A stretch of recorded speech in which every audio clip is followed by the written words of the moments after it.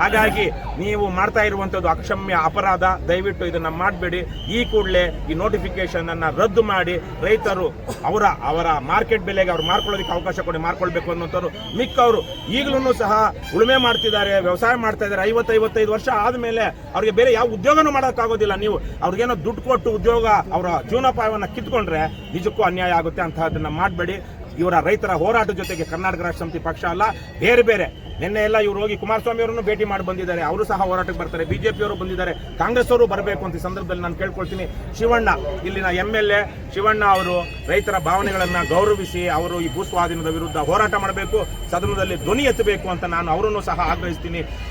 MP Manjunath ಅವರು ಸಹ ಈ ವಿಚಾರವಾಗಿ ಪಾರ್ಲಿಮೆಂಟ್ ಅಲ್ಲೂ ಸಹ ಮಾತಾಡಬೇಕು ಅಂತ ನಾನು ಆಗ್ರಹಿಸ್ತೀನಿ. ಗ್ರಾಮಗಳ ಅಭಿವೃದ್ಧಿ ಆಗ್ತದೆ. ಈಗಾಗಲೇ ನಮ್ಮ ಗ್ರಾಮಗಳು ಸಾಕಷ್ಟು ಅಭಿವೃದ್ಧಿ ಆಗಿದೆ. ನಮ್ಮ ಆನೇಕಲ್ ತಾಲೂಕಲ್ಲಿ ಯಾವ ಗ್ರಾಮಗಳ ಅಭಿವೃದ್ಧಿ ಆಗಿಲ್ಲ ಬಾಬು, ನೀವೇ ಹೇಳಿ. ನೀವು ಒಬ್ಬ ಆನೇಕಲ್ ತಾಲೂಕಿನವರಾಗಿ ಯಾವ ಗ್ರಾಮಗಳ ಅಭಿವೃದ್ಧಿ ಆಗಿಲ್ಲ? ಎಲ್ಲವೂ ಆಗಿದೆ. ಆದರೆ ಬಹುತೇಕವಾಗಿ ಮೂಲ ನಿವಾಸಿಗಳು ತಮ್ಮ ಜಮೀನುಗಳನ್ನ ಕಳ್ಕೊಂಡು ಅವ್ರು ಯಾವ ಸ್ಥಿತಿಲಿದ್ದಾರೆ, ಇಲ್ಲಿ ಹೊರಗಿನಿಂದ ಬಂದಿರೋರು ಯಾವ ಸ್ಥಿತಿ ಇದ್ದಾರೆ ಅಂತ ನೋಡಿ. ಪುಡಿಗಾಸಿನ ಪರಿಹಾರ ಕೊಡ್ತಿದ್ದು ಇಲ್ಲಿ ತನಕ ನಮ್ಮೂರಲ್ಲಿ 12,000 13,000 ಕೊಟ್ಟರು. ಯಾವಾಗ? 85 ಇಸ್ವಿನಲ್ಲಿ, 80ನೇ ಇಸ್ವಿನಲ್ಲಿ. ಆವತ್ತು ಇನ್ನೊಂದು ಕಡೆ ಜಮೀನು ತಗೊಳಕ್ ಆಗ್ತಾ ಇರ್ಲಿಲ್ಲ. ಹೋಗಿ ಇನ್ನೆಲ್ಲೋ ಜಮೀನು ತಗೊಳಕ್ಕಾಗುತ್ತೆ, ಅಕ್ಕಪಕ್ಕದವರು ಯಾರು ಕೊಡೋದಿಲ್ಲ.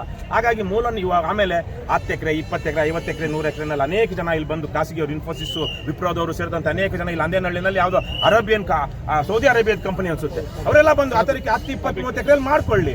100,000 ಎಕರೆಗಳನ್ನು ನೀವು ಅಕ್ವಿಸಿಷನ್ ಮಾಡಿಕೊಂಡು ಅದನ್ನ ಖಾಸಗಿಯವರಿಗೆ, ನಿಮ್ಮದೇ ಈ ಕಳ್ಳ ಕದಿಮ ರಾಜಕಾರಣಿಗಳ ಹೆಸರಲ್ಲೇ ಬೇನಾಮಿ ಆಸ್ತಿ ಇರುತ್ತೆ. ಹಾಗಾಗಿ ಬಿಡದಿಲ್ಲ ಅಷ್ಟೇ. 100 ಎಕರೆ 200 ಎಕರೆ 300 ಎಕರೆ ನೀವು ಲೇಔಟ್ ಮಾಡಿ ಯಾರು ಬೇಡಂದ್ರು. 7,500 ಎಕರೆ ಬೇಕಾ?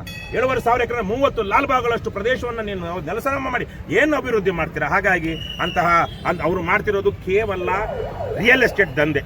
ನಮ್ಮ ರಾಜ್ಯದ ಅತ್ಯಂತ ಕೆಟ್ಟಾತಿ ಕೆಟ್ಟ ಕೊಳಕ ನೀಚಾತಿ ನೀಚ ಅಧಮ ರಿಯಲ್ ಎಸ್ಟೇಟ್ ಕಂಪನಿಗಳು ಯಾವ್ದಾದ್ರು ಇದೆ ಅಂದ್ರೆ KHB, BDA, KDB ಈ ತರದ ಮೂಡ ಅಂತ ಏನೇನಿದೆ ಇವರೇನೆ.